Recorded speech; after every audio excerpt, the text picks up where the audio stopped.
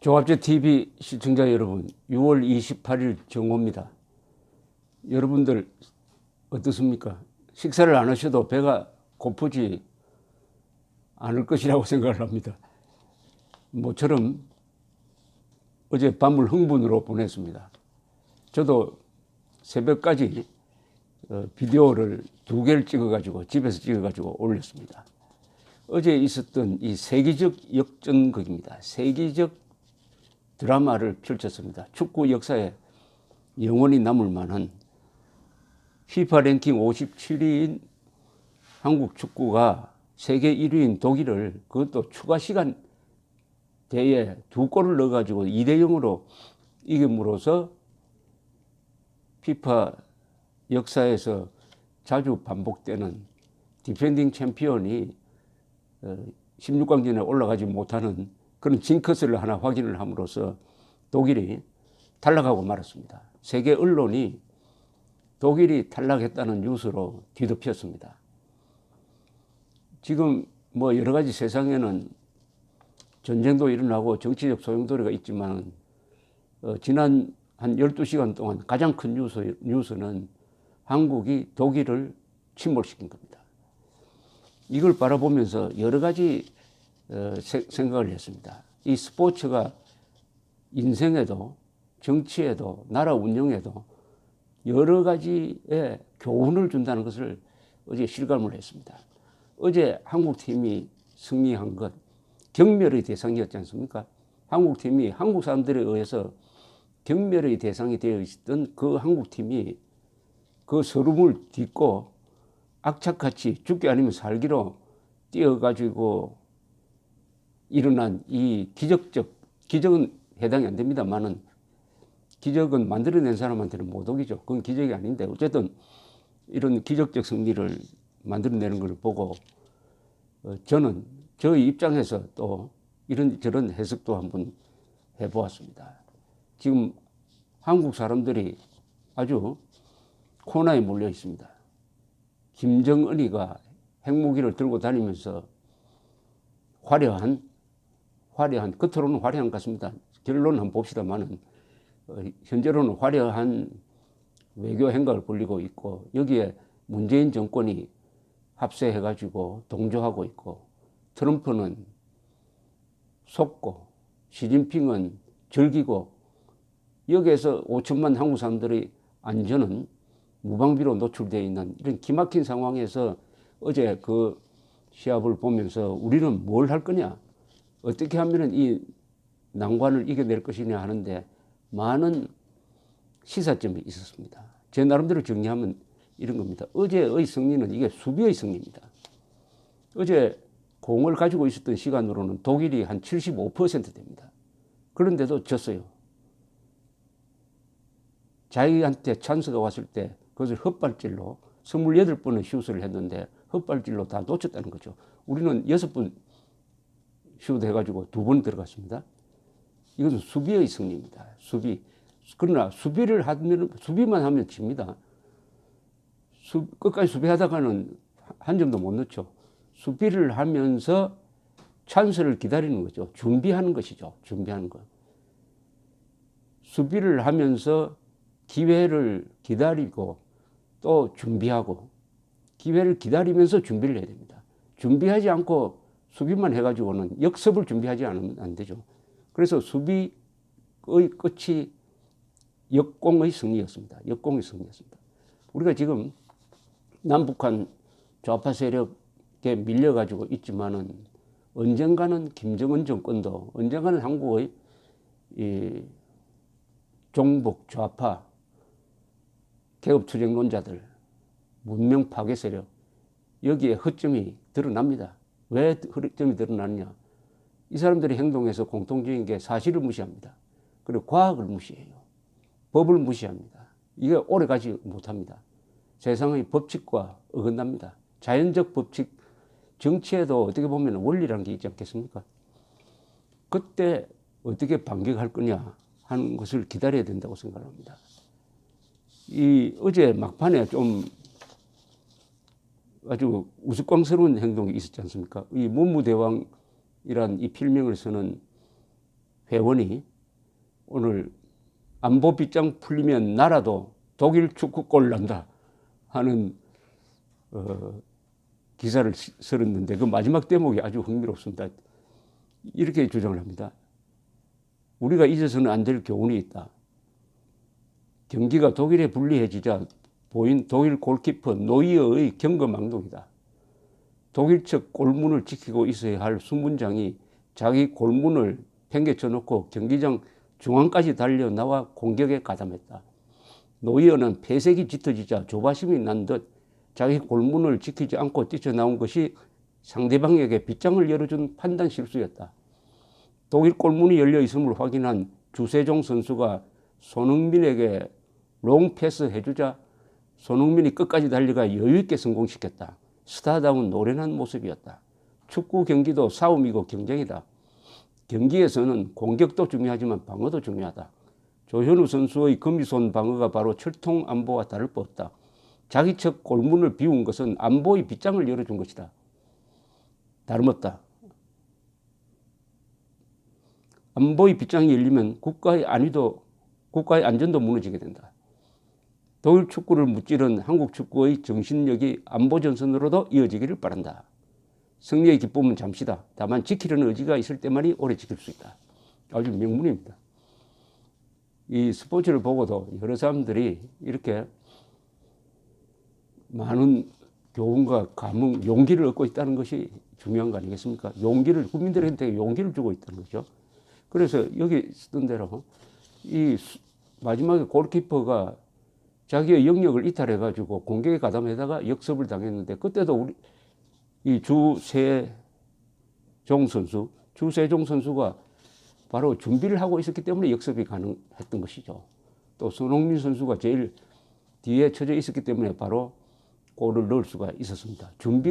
적이 실수를 하더라도 준비를 하고 있어야 됩니다. 지금 앞으로 한국에서 벌어질 상황 중에서 그런 실수는 어디에서 일어나겠느냐?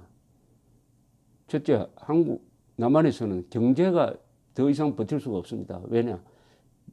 문재인 정권이 추진하고 있는 모든 정책은 결국 경제를 약화시키는 쪽으로 기울게 되어 있습니다. 한쪽에서는 수조, 수십조, 수백조의 손실을 가져올 원전 백지화를 추진하면서 다른 쪽에서는 일자리 만들겠다고 하면 이게 말이 됩니까?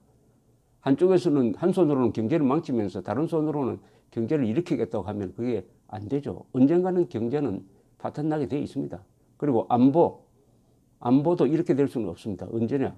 미국과 북한이 아무리 협상을 해도 북한이 절대로 비핵화를 안 합니다. 그것을 국민들이 알게 될 때 경제가 나빠질 때 이게 위기가 생기면은 그때 한국 국민들이 들고 일어나서 국민들 손으로 경제도 살리고 안보도 지켜내는 국민적 결단이 필요한 시기가 올 것입니다. 그러나 반드시 왜 나빠지느냐, 왜 안보가 무너지느냐에 대해서 끊임없이 문제 제기를 해야 됩니다. 문제 제기를 해가지고 국민들이 그런 사태가 왔을 때 이게 누구 책임인지를 알도록 해야 됩니다. 좌파들은 워낙 선동에 능하니까 그런 사태가 오면은 자기들 책임을 모면하기 위해서 엉뚱한 말하자면 희생양을 만들어가지고 그걸 스케이프고트라고 그러죠. 그 사람한테 뒤집어 씌우면서 국민들을 속일 가능성이 있습니다. 그게 속아 넘어가면 베네수엘라 꼴이 됩니다. 베네수엘라는 차베스가 등장해가지고 좌파 포퓰리즘 정책으로 그 좋은 나라를 완전히 망쳤는데도 요새 선거만 하면은 차베스의 후계자가 당선이 됩니다. 정신이 이미 망가져 버렸어요. 분별력이 망가졌습니다. 우리는 그렇게 되지 않도록 다가오는 이 위기에 준비를 하면서 기록을 하면서 기다려야 합니다. 그리고 이 선수들이 얼마나 마음고생을 했겠습니까? 그래도 이렇게 올 수 있었던 것은 그 마음속에 독한 결심이 있었을 것입니다. 언론을 무시해야 됩니다. 말도 아닌 비판을 하는 언론을 무시해야 됩니다. 누구는 아예 인터넷을 보지 않았으니까 마음 편했다고 하는데 그 말은 맞습니다. 그리고 그런 언론에 휘둘리는 여론도 무시해버려야 됩니다. 언론과 여론을 무시해야 맨정신을 가질 수 있는 게 오늘 대한민국입니다. 이 선수들이 언론에 일비일비하고 여론에 휘둘렸다면 어제 같은 그런 투지는 없었을 것입니다. 오히려 속으로 비웃으면서 그래 마지막에 한번 보여주겠다 이렇게 작심했던 거 아니겠습니까? 그럴 때일수록 붙드는 게 있어야죠. 어제 조현우 선수가 그 부인 이야기를 하던데 코너로 몰리면 사랑하는 사람이 있어야 됩니다. 자기가 좋아하는 사람을 떠올리면서 용기를 낼 수가 있는 거죠. 그게 부인일 수도 있고 팬일 수도 있고 건전한 국민일 수도 있습니다. 그러니까 좋은 사람을 붙들고 기대를 해야 됩니다. 나쁜 사람, 의리 없는 사람, 불리해지면 도망가는 그런 사람이 아니고 무엇보다도 참아야 합니다. 인내하면 기회가 옵니다. 스포츠든 정치든 전쟁이든 이기는 사람은 강한 사람이 이기는 게 아닙니다. 끝까지 버티는 사람이 이깁니다. 끝까지 버티는 사람이 이기는 경우가 많습니다. 버티기를 잘하는 나라가 몇 나라가 있어요. 그게 대표적인 게 영국입니다. 영국은 화려한 나폴레옹식으로 화려한 결전을 통해서 이기는 것이 아니라 끈질기게 버티다가 마지막 전투에서 이깁니다. 웰링턴 전투에서 영국의 웰링턴이 워털루 전투에서 이김으로써 그동안 나폴레옹 군대한테 십몇 년 동안 당했던 것을 마지막 한 번으로 딱 해결하고 말았습니다. 버텨야 합니다. 그리고 계속 뛰어야 합니다. 어제 한국 선수들은 계속 뛰었어요. 그리고 헛발질도 많이 했습니다. 그러나 헛발질도 안 하는 것보다는 낫습니다. 시행착오가 필요합니다. 시행착오, 그걸 두려워하면 안 돼요. 실패를 두려워하면 안 된다는 거죠. 헛발질도 많이 해야 됩니다. 그리고 행운을 기다려야 됩니다. 행운을 믿어야 됩니다. 행운, 아무것도 안 하고 행운 믿으면 오겠습니까? 노력하면 행운이 온다. 기회가 온다는 거죠. 행운이라는 것은 기회입니다. 그 기회가 왔을 때 살리면 마지막에 독일팀 골키퍼가 골문을 비운 것을 알았을 때 바로 역습을 할 수 있었던 것은 찾아온 행운을 잡은 것이죠. 그 많은 준비가 되어 있었다는 것입니다. 준비가 된 사람한테만 행운이 오는 것이죠. 그게 기적으로 보이긴 합니다만 기적이 아닙니다. 가장 중요한 역시 교훈은 골키퍼, 수문장, 어떤 나라로 비교하면 국방부입니다. 또는 국정원입니다. 이 사람들이 골문을 비워버리면 단시간에 역전이 되어버린다. 골키퍼. 옛날에 2001년에 국민행동본부가 광고를 냈는데 2002년이군요. 간첩을 골키퍼로 세워두고는 축구를 할 수가 없습니다. 그게 아마 2002년 6월 29일 서해에서 있었던 참수리호 격침 사건. 북한 함정이 NLL을 넘어와가지고 우리 함정을 격침시키는 이 사건을 두고 그런 이야기를 했던 것 같습니다. 기억이 됩니다. 그때 북한이 우리를 칠 것이라는 여러 정보가 있었지만 우리 국방부가 햇볕 정책에 취해가지고 제대로 정보를 해군 부대에 전달하지 않음으로써 어이없이 당했던 바로 그 상황을 어제 시합에서도 보았습니다.